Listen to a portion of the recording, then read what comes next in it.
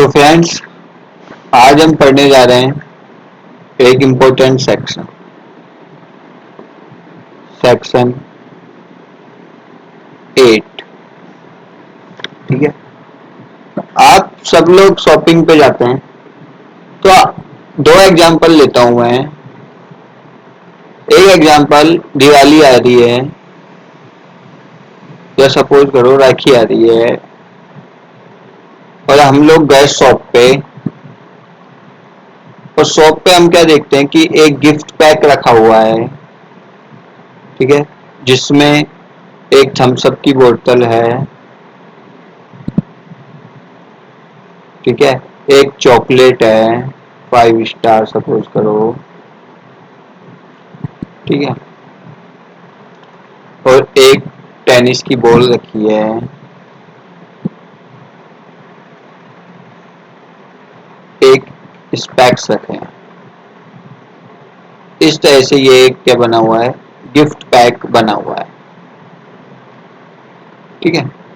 अब हमने आप गए, यहाँ से खरीदने गए, इस पे एक छोटा सा प्यारा सा बच्चा गया कि बहन के लिए गिफ्ट ले जाता हूँ। ठीक है।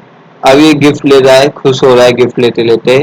अब जब इसने गिफ्ट लिया तो ये था स्टूडेंट, आपके जीएसटी का स्टूडेंट था, और ये क्या सोचता है कि मैं थम्स अप ले रहा हूँ, 5 स्टार ले रहा हूँ, टेनिस की बॉल भी ले रहा हूँ और स्पेक्स भी ले रहा हूँ।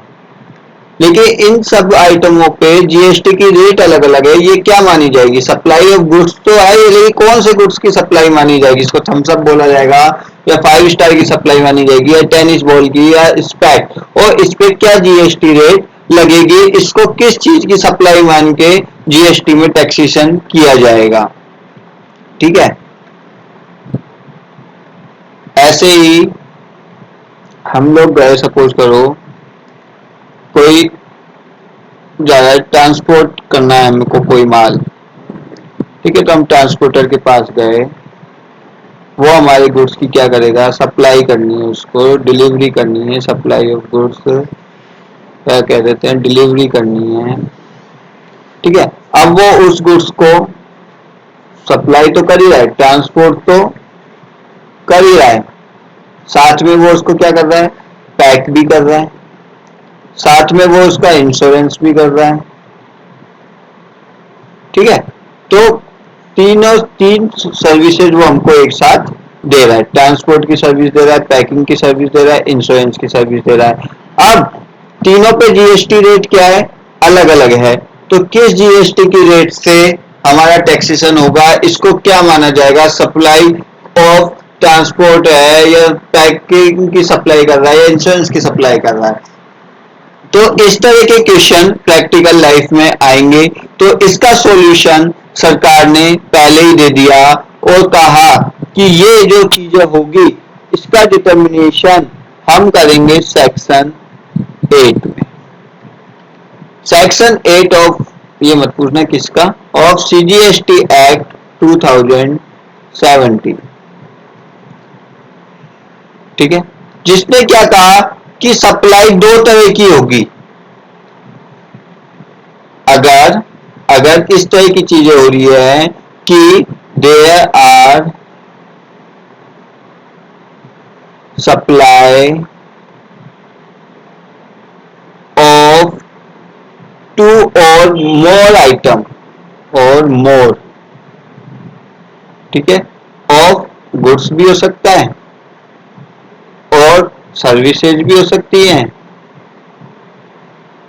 और बोथ, दोनों ही हो सकते हैं। अगर दो या दो से ज्यादा की सप्लाई हो रही है तो उसको हम दो भागों में बांटेंगे, कंपोजिट सप्लाई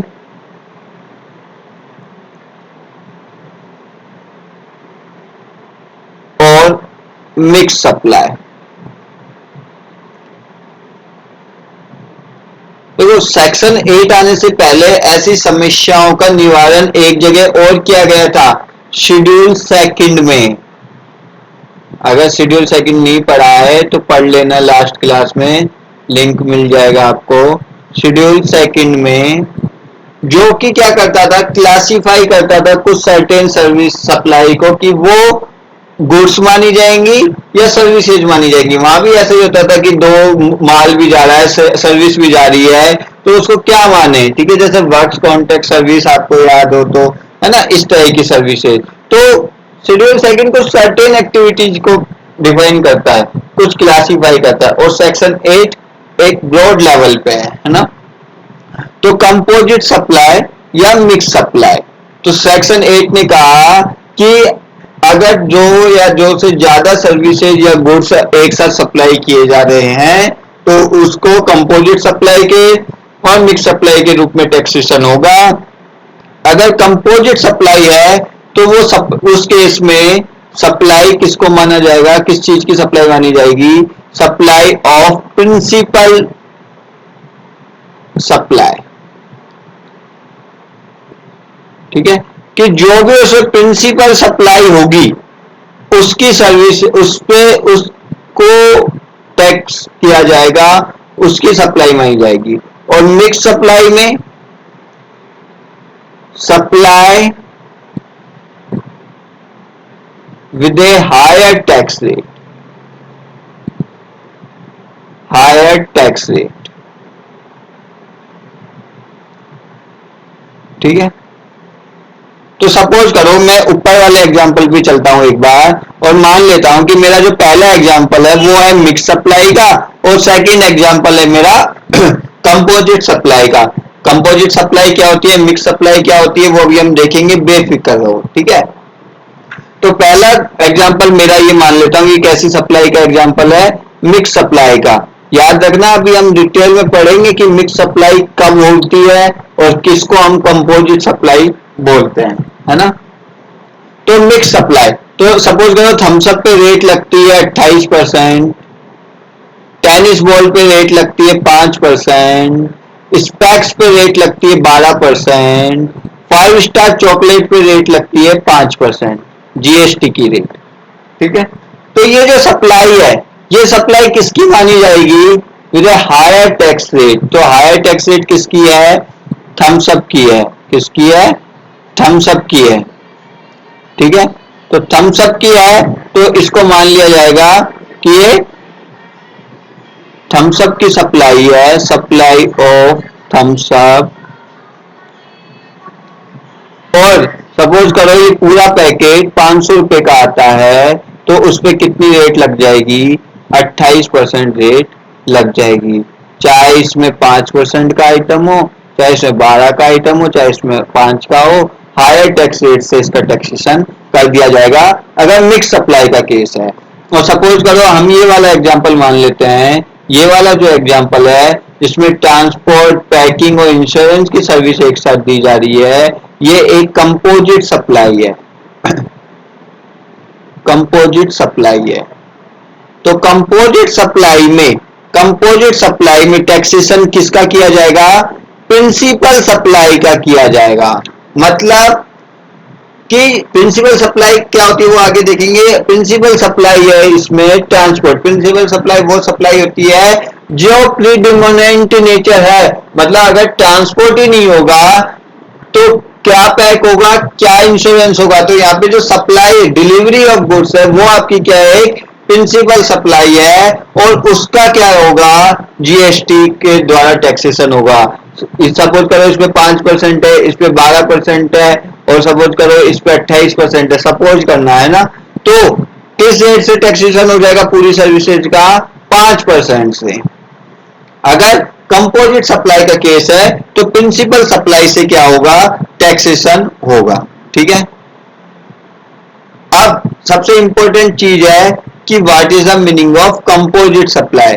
कंपोजिट सप्लाई क्या होती है, सर ये तो समझ गया कि सेक्शन 8 ने ये कहा कि दो या दो से ज्यादा सर्विसेज या गुड्स या दोनों एक साथ सप्लाई हो रहे हैं तो उसमें हम कंपोजिट सप्लाई और मिक्स सप्लाई दोनों को एक साथ देखेंगे, ठीक है। अब कंपोजिट सप्लाई है तो टैक्सेशन किसका होगा, प्रिंसिपल सप्लाई को सप्लाई मानकर टैक्सेशन कर लिया जाएगा, और मिक्स सप्लाई है तो हायर टैक्स रेट का हो जाएगा। अब क्वेश्चन आता है कि what is the meaning of composite supply. तो डेफिनेशन के लिए हम कहां पे जाएंगे, कंपोजिट सप्लाई।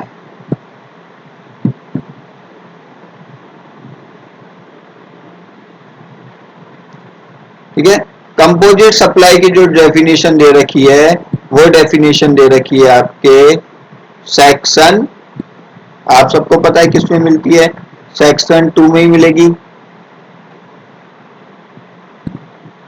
ठीक है, सेक्शन 2 सब सेक्शन 30।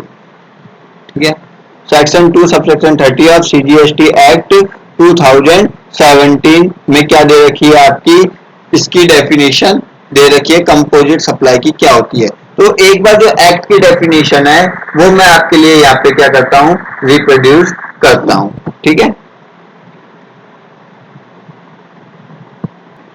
ठीक है, तो ये है कंपोजिट सप्लाई की डेफिनेशन। क्या कहती है, कंपोजिट सप्लाई मींस, मींस आ गया मतलब भैया जो लिखा है वही होगा। ठीक है, क्या है, composite supply means a supply, पहले एक बार पढ़ लेता हूं फिर समझाता हूं।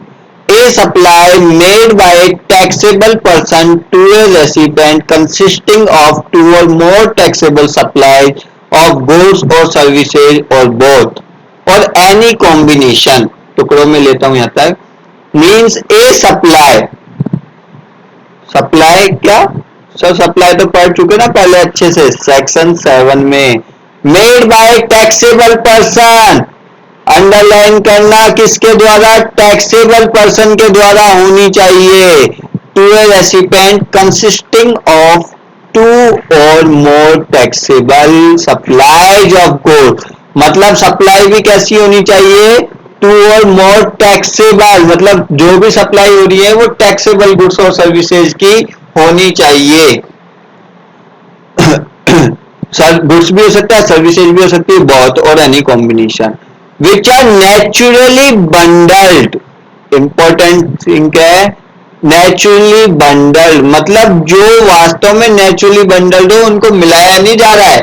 ठीक है, जैसे मैंने आपको एग्जांपल दिया था, chocolate, Thums Up, Coca Cola, इनको मिलाया गया है, मिक्स किया गया है। और जबकि मेरा जो ट्रांसपोर्ट वाला एग्जांपल था, ट्रांसपोर्ट वाला एग्जांपल था जो मेरा, उसमें क्या हो रहा था कि सप्लाई और पैकिंग इंश्योरेंस नेचुरल बंडल थी, पता था कि वो एक नेचुरली ट्रांसपोर्ट होगा तो भैया उसके पैकिंग भी होगी, उसका इंश्योरेंस भी होगा, naturally bundle and supplied in conjunction with each other in the ordinary course of business।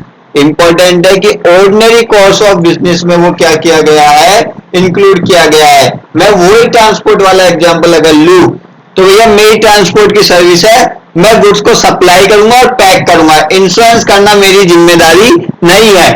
तो वो तो हो गए ट्रांसपोर्ट और पैकिंग तो हो गई, चलो नेचुरल बंडल, लेकिन एक कस्टमर मेरा आया, उसने कहा कि भैया आपको इंश्योरेंस भी साथ में करना पड़ेगा, वो मेरा इंपॉर्टेंट कस्टमर था, मैं उसको खोना नहीं चाहता था, तो मैंने इंश्योरेंस की सर्विस भी उसको दे दी। तो that is not a naturally bundled in the ordinary course of business, क्योंकि मैं जनरली नहीं करता इंश्योरेंस, लेकिन चूंकि आप मेरे एक इंपॉर्टेंट कस्टमर हो इसलिए मैंने बाहर से इंश्योरेंस की सर्विस लेके आपको दे दी। ठीक है, तो ये भी इंपॉर्टेंट है, ये डिपेंड करेगा कंपोजिट सप्लाई, ऐसे नहीं है कि हो सकता है किसी केस में हो किसी केस में नहीं हो, तो ये सारी कंडीशन है हमको चेक करनी पड़ेगी। आगे चलते हैं, one of which is a principal supply, और उसमें एक सर्विस क्या होनी चाहिए, प्रिंसिपल सर्विस होनी चाहिए जिसके संबंध में बाकी सारी सर्विसेज सप्लाई की जा रही है। ठीक है, तो क्या क्या चीज नोट हुई कि टैक्सेबल पर्सन होना चाहिए सप्लायर जो है, ठीक है, टैक्सेबल सप्लाईज होनी चाहिए, वेरी गुड, नेचुरली बंडल्ड होनी चाहिए,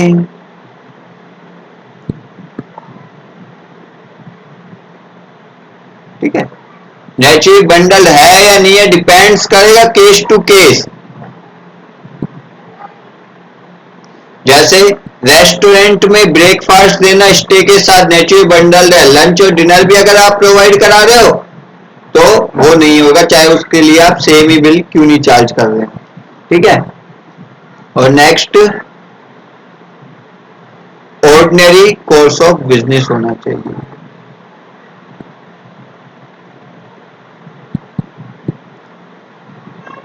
जो भी सप्लाई दी जा रही है वो ऑर्डिनरी कोर्स ऑफ बिजनेस होना चाहिए। और इनमें से एक क्या होनी चाहिए, प्रिंसिपल सप्लाई होनी चाहिए।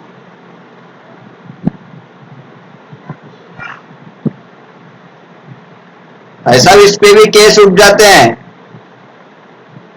प्रिंसिपल सप्लाई वाले केस पे भी केस उठ जाते हैं, कॉन्फ्लिक्टेशन आ जाता है। एक सप्लाई कहती है कि मैं प्रिंसिपल सप्लाई हूं, दूसरी सर्विस कहती है मैं प्रिंसिपल सप्लाई हूं, या तुम दोनों लड़ लो। अगर दोनों में लड़ाई हो रही हो, डिसाइड नहीं हो रहा प्रिंसिपल सप्लाई कौन सी है, तो कंपोजिट सप्लाई ही नहीं होती। सारी कंडीशन एक साथ पूरी होनी चाहिए, टैक्सेबल पर्सन के द्वारा होनी चाहिए, टैक्सेबल सप्लाई होनी चाहिए, नेचुरली बंडल्ड होनी चाहिए, ऑर्डिनरी कोर्स ऑफ बिजनेस होनी चाहिए और प्रिंसिपल सप्लाई होनी चाहिए।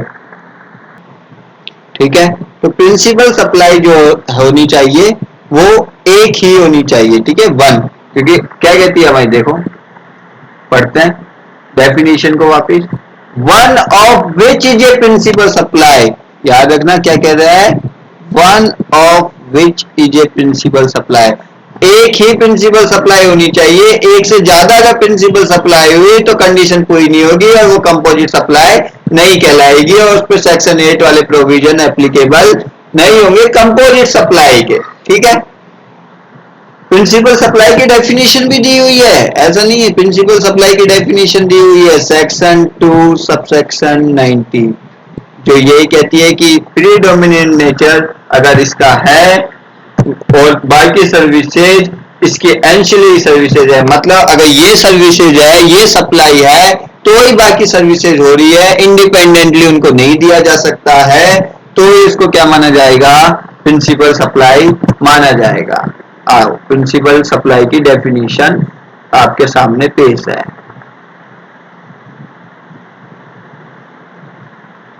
ठीक है, क्या कहती है, प्रिंसिपल सप्लाई मीन्स है या the supply of goods or services which constitute the predominant element of a composite supply and to which any other supply forming part of that composite supply is ancillary।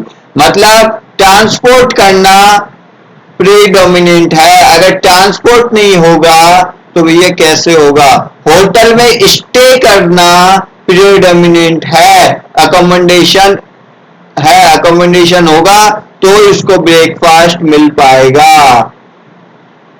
ठीक है, तो इसको swimming pool की services मिल पाएगी। तो ये सब क्या है, एंसिलरी सर्विस है to the predominant element of a composite supply. तो प्रिंसिपल सप्लाई का मतलब क्लियर है, प्रिंसिपल सप्लाई का मतलब वो सर्विसेज वो सप्लाई जो कि एक प्रीडोमिनेंट नेचर की है और अदर सप्लाई उसकी एक एंसिलरी सप्लाई है। ठीक है, और प्रिंसिपल सप्लाई होनी भी एक ही चाहिए। सपोज करो डाइनिंग टेबल के साथ चेयर्स भी जा रही हैं। ठीक है, तो ये डाइनिंग टेबल और चेयर दोनों अलग अलग है। ऐसे नहीं कह सकते कि डाइनिंग टेबल जा रही है इसलिए चेयर जा रही है। डाइनिंग टेबल के साथ जा सकती है चेयर, लेकिन जरूरी नहीं है कि वो अलग अलग नहीं जाए। तो इसलिए ये भी प्रिंसिपल सप्लाई है, ये भी प्रिंसिपल सप्लाई है, दोनों में लड़ाई हो रही है, कोई मानने को तैयार नहीं है कि कौन प्रिंसिपल सप्लाई है। अपने आप में सारे ही तो दम कहाँ है।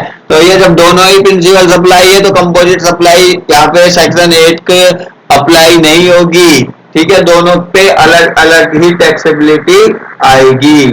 ठीक है, तो ये क्लियर है सभी को कि प्रीडोमिनेंट नेचर होना चाहिए प्रिंसिपल सप्लाई बनने के लिए, और प्रिंसिपल सप्लाई एक ही होनी चाहिए कंपोजिट सप्लाई की डेफिनेशन में आने के लिए। ठीक है, अगर ये चीज क्लियर है तो कंपोजिट सप्लाई क्लियर है। ठीक है, तो कंपोजिट सप्लाई की डेफिनेशन पे वापस आता हूं एक बार मैं। ठीक है, आप अच्छे से समझिएगा कंपोजिट सप्लाई क्या होती है। कंपोजिट सप्लाई का मतलब वो सप्लाई जो made by a taxable person, किसके द्वारा हो रही है? टैक्सेबल पर्सन के द्वारा हो रही है। और क्या, और उसमें जो रेसिपेंट है उसको टू और मोर टैक्सेबल सप्लाई दी जा रही है, ये याद रखना, टू और मोर टैक्सेबल सप्लाई दी जा रही है, ठीक है। और विच आर नेचुरली बंडल्ड, ठीक है, नेचुरली बंडल वाली चीज क्लियर है ना आप लोगों को, कि वो आपस में नेचुरल बंडल, तो उनको मिलाया नहीं जा रहा है, ठीक है, उनको मिलाया नहीं जा रहा है, वो नेचुरली बंडल्ड है, ठीक है। आगे कह रहे हैं कि in the ordinary course of business, ordinary course of business में दी जाती है, उसको स्पेसिफिकली बंडल नहीं किया जा रहा है, ठीक है। एक एग्जांपल और देख लेते, सपोज करो मैं वाटर प्यूरिफायर प्रोवाइड कराता हूँ, मेरा काम है वाटर प्यूरिफायर सप्लाई करने का, ठीक है। अगर वाटर प्यूरिफायर के साथ में इंस्टॉलेशन की सर्विस भी देता हूँ, नेचुरली बंडल्ड है, ठीक है भैया। मैं ऑर्डिनरी कोर्स में वाटर प्यूरिफायर के साथ इंस्टॉलेशन सर्विसेज भी देता हूँ, ठीक है। भाई मेन प्रिंसिपल सप्लाई क्या है? वाटर प्यूरिफायर की सप्लाई, ठीक है। और इंस्टॉलेशन सर्विस क्या है मेरी? एंसिलरी सप्लाई, ठीक है, ऑर्डिनरी कोर्स ऑफ बिजनेस में। लेकिन अगर मेरा काम ही सिर्फ क्या है, वाटर प्यूरिफायर प्रोवाइड कराना है, इंस्टॉलेशन सर्विस में प्रोवाइड नहीं कराता हूँ, लेकिन वही एग्जांपल, मेरा एक कस्टमर है, वो मेरा इंपॉर्टेंट कस्टमर है और उसने मेरे से काफी ज्यादा वाटर प्यूरिफायर लिए हैं, और वो कहता है कि सर मेरे यहाँ तो आपको लगाना ही पड़ेगा, तो बीइंग ए इम्पोर्टेंट कस्टमर मैं उसके वहां पे इंस्टॉलेशन करा देता हूँ। तो याद रखना, installation services is separate services, it is not in the ordinary course of business, ये ऑर्डिनरी कोर्स ऑफ बिजनेस में नहीं है, ठीक है।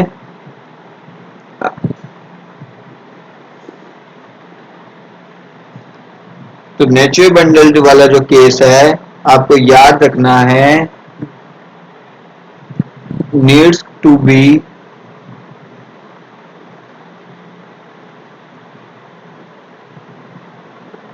एग्जामिन्ड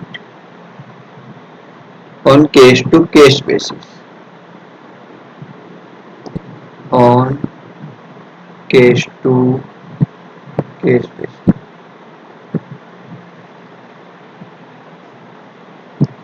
ठीक है ये चीज।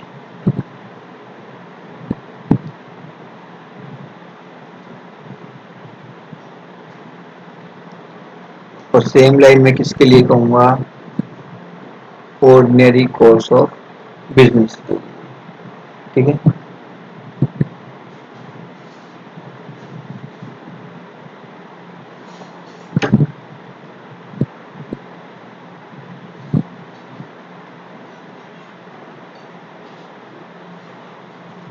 आगे चलते हैं।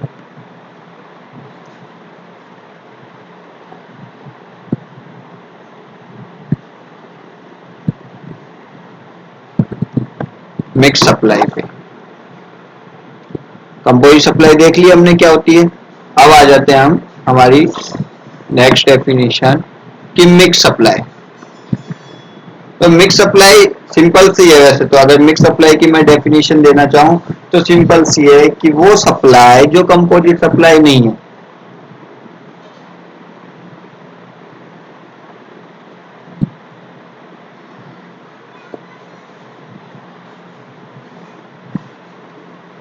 मिक्स सप्लाई, तो मिक्स सप्लाई की अगर मैं डेफिनेशन देना चाहूँ तो सिंपल सी डेफिनेशन है कि अगर मैं टू और मोर सप्लाईज अगर दे रहा हूँ और वो कंपोजिट सप्लाई की डेफिनेशन में नहीं आ रही है, तो वो मिक्स सप्लाई हो जाएगी, ठीक है। तो वो सेक्शन भी आपके सामने एक बार रिप्रोड्यूस कर देता हूँ। सेक्शन डेफिनेशन तो आपको कहाँ मिलेगी, आपको पता है ना, सेक्शन 2 सबसेक्शन 74 में कंपोजिट सप्लाई की थी, सेक्शन 2 सबसेक्शन 30 में, और इसकी है टू सेक्शन 2 सबसेक्शन 74 में, ठीक है। तो मिक्स सप्लाई की डेफिनेशन है, बहुत अच्छी डेफिनेशन है। क्या कहती है कि मिक्स सप्लाई मींस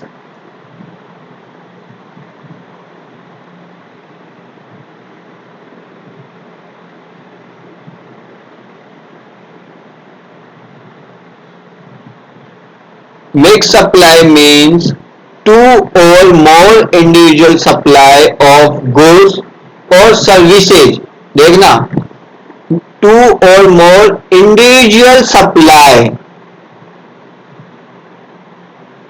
ठीक है, of goods or services, any combination thereof made in conjunction with each other by a taxable person for a single price. Main element है इसका for a single price,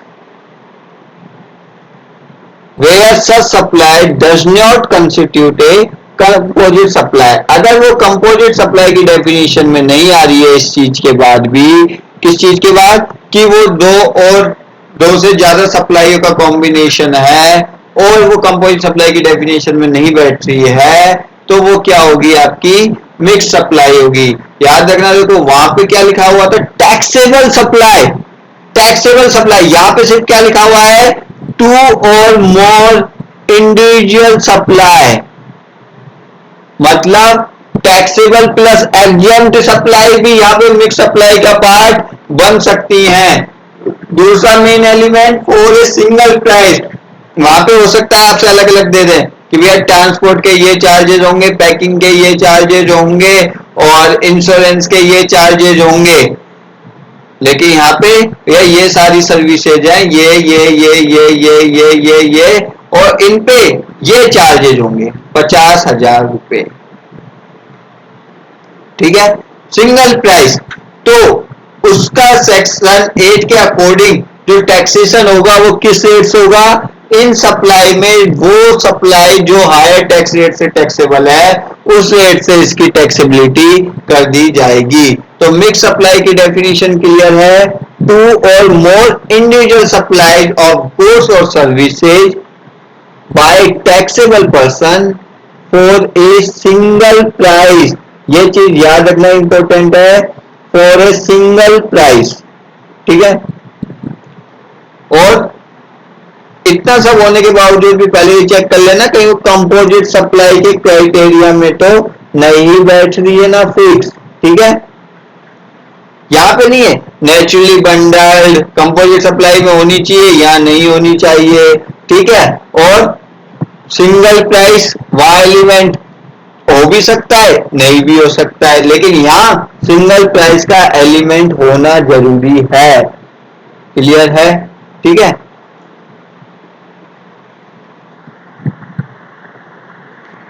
तो अगर हमको कंपोजिट सप्लाई और mix supply की definition clear हो चुकी है, तो अब हमारे को सेक्शन 8 जो कि क्या बताता है, इनका टैक्सेशन बताता है कि अगर आपकी सप्लाई कंपोजिट सप्लाई है तो उसको सप्लाई ऑफ प्रिंसिपल गुड्स माना जाएगा. ठीक है, किसका माना जाएगा, सप्लाई ऑफ प्रिंसिपल गुड्स या प्रिंसिपल सप्लाई. ठीक है, उसको उसके अनुसार ट्रीटमेंट हो जाएगा. और अगर मिक्स सप्लाई होती है, मिक्स सप्लाई है तो उसको किसकी सप्लाई माना जाएगा, supply of have higher tax rate, जिसकी टैक्स रेट क्या होगी, ज्यादा होगी. ठीक है, ये चीज क्लियर है आप लोगों को, कोई कंफ्यूजन नहीं है इसमें. ठीक है, वेरी गुड.